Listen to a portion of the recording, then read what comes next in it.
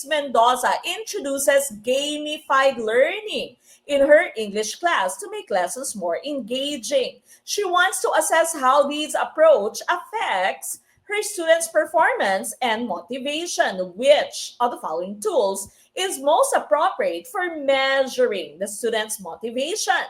Would this be letter A, standardized test results, letter B, student engagement observations checklist, letter C, Likert scale questionnaire on student motivation, or letter D, analysis of grades before and after the intervention?